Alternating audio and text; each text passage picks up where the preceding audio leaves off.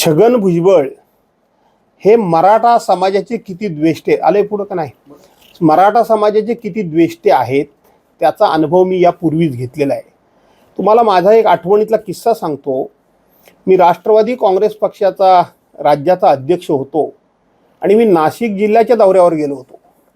त्या नाशिक जिल्ह्याच्या दौऱ्यावर गेलेलो असताना त्या नाशिक जिल्ह्यातले अनेक मराठा समाजाचे पुढारी मला भेटले आणि आम्ही मराठा समाजाचे पुढारी आदरणीय शरदचंद्रजी पवार साहेबांना मानणारे, त्यांच्या पक्षाला आम्ही मानणारे, एक काळ नाशिकमधले 12 आमदार हे पवार साहेबांच्या विचाराचे होते.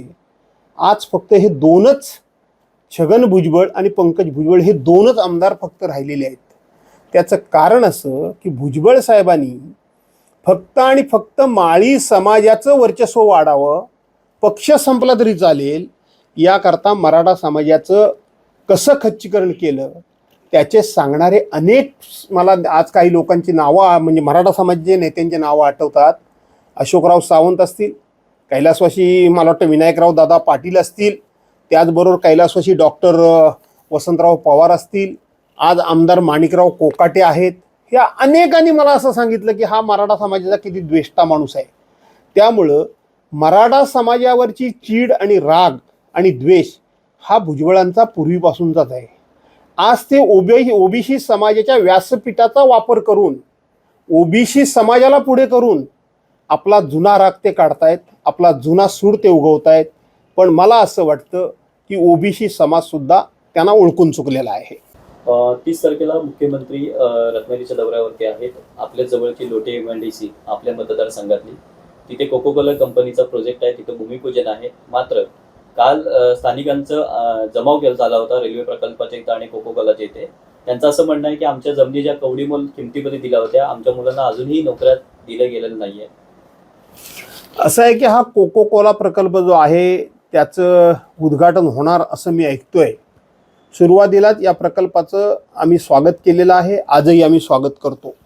हा प्रकल्प यापूर्वीच म्हणजे विद्यमान सरकारच्या काळातला नाही, तर हा आमच्या सरकारच्या काळातला मंजूर झालेला प्रकल्प आहे.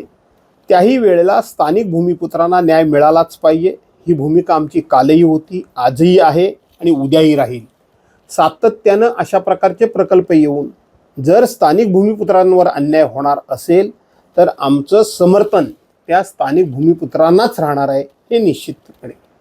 छगनराव भुजबळ आहेत, त्यांची काल हिंगोलीमध्ये सभा झालेली आहे. असं कुठेतरी चर्चेला जात आहे की ओबीसीच्या मुद्द्यावरून छगनराव भुजबळ हे आताच का आक्रमक होतात, यापूर्वी कधी झालेलं नाही आहे का, यांच्या पाठीमागे कोणाचं षडयंत्र असणार आहे, काय वाटतं? बाळू कोकाटे ABPचा प्रतिनिधी म्हणून तुम्हाला पहिल्यांदा मी मनापासून धन्यवाद देतो की आपण हा पहिला प्रश्न विचारलात की ओबीसी करता म्हणून छगन भुजबळ आजच आक्रमक का झाले. आपण छगन भुजबळांची जर पार्श्वभूमी बघितली तर ते 1991 साली मी मंडल आयोगाकरता म्हणून शिवसेना सोडली म्हणून जे लोकांना सांगतात ते अजिबात खरं नाही. आजपर्यंत त्यांनी त्याचं भांडवल केलेलं आहे. दुसरी गोष्ट, भुजबळ आज ओबीसी समाजाकरता लढतायत असं जे ते एकंदरीतपणे आव आणतायत किंवा तसं चित्र उभं करतायत ते सुद्धा साफ खोटं आहे. याचं कारण असं की हे छगन भुजबळ काल परवापर्यंत फक्त आणि फक्त माळी समाजाकरता लढत होते. फक्त आणि फक्त समता परिषद म्हणून माळी लोकांची परिषद म्हणून ते वावरत होते आणि मिरवत होते. त्यामुळं भुजबळांचा आजचा जो चेहरा आहे हा खरा चेहरा नाही, तर भुजबळांचा आजचा जो ओबीसी समाजाचा नेता बनण्याचा जो केविळवाना प्रयत्न आहे हा खरा नकली चेहरा आहे. आणि या चेहऱ्यापासून मला असं वाटतं की सगळेच सावध झालेले दिसतात. त्यामुळं भुजबळांना ना ओबीसी समाजाबद्दल काही घेणं देणं, त्यांना फक्त आणि फक्त स्वतःची संपलेली प्रतिमा ही उभी करण्याकरता म्हणून ते धडपडतायत असं आपल्याला वाटतं, पण तसं देखील नाही आहे. माझी जी माहिती आहे ती अशी आहे की त्यांना भारतीय जनता पार्टीच्या एका वरिष्ठ नेत्यांनी बोलवलं आणि त्यांना असं सांगितलं की तुम्ही या प्रकरणामध्ये आक्रमक व्हा नपेक्षा तुम्ही जे आता बाहेर आहात ते जामिनावर बाहेर आहात.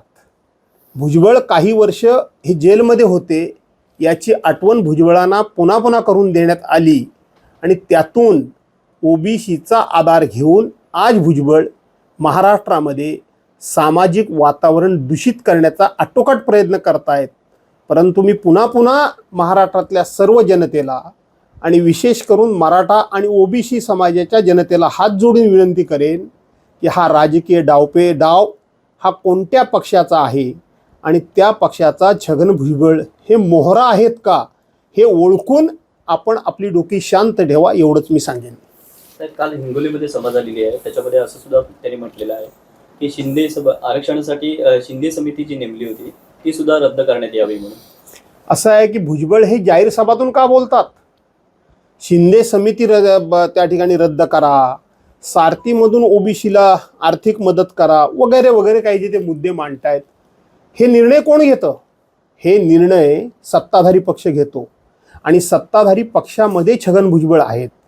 इतकंच कशाला तर ते कॅबिनेट मंत्री म्हणून आहेत. तिथे ते निर्णय त्यांनी ते रद्द करून घेऊ शकतात ना. ते निर्णय जर तुम्हाला रद्द करायचे असतील तर लोकांच्या समोर ही आव्हानात्मक भाषा वापरून का तुम्ही असं बोलता?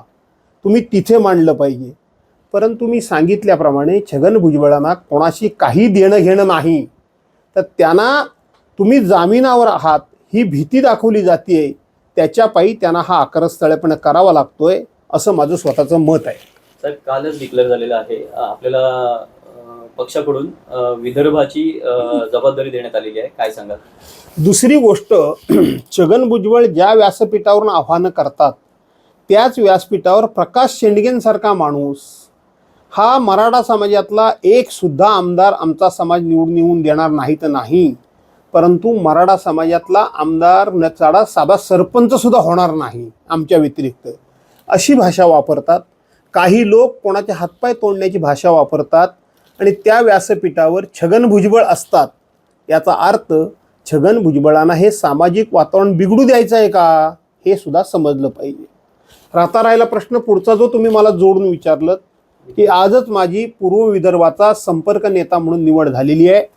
मी माझे पक्षप्रमुख आदरणीय उद्धवसाहेब ठाकरे यांना धन्यवाद देतो की त्यांनी माझ्यामधील जर काही थोडंफार संघटन कौशल्य असेल तर ते संघटन कौशल्य दाखवण्याची पूर्णपणे मला संधी ही पूर्व विदर्भासारख्या एका विदर्भामधल्या पक्षीयदृष्ट्या पूर्णपणे दुर्लक्षित भागाकडे काम करण्याची संधी देऊन ती मला संधी त्यांनी मिळवून दिलेली आहे.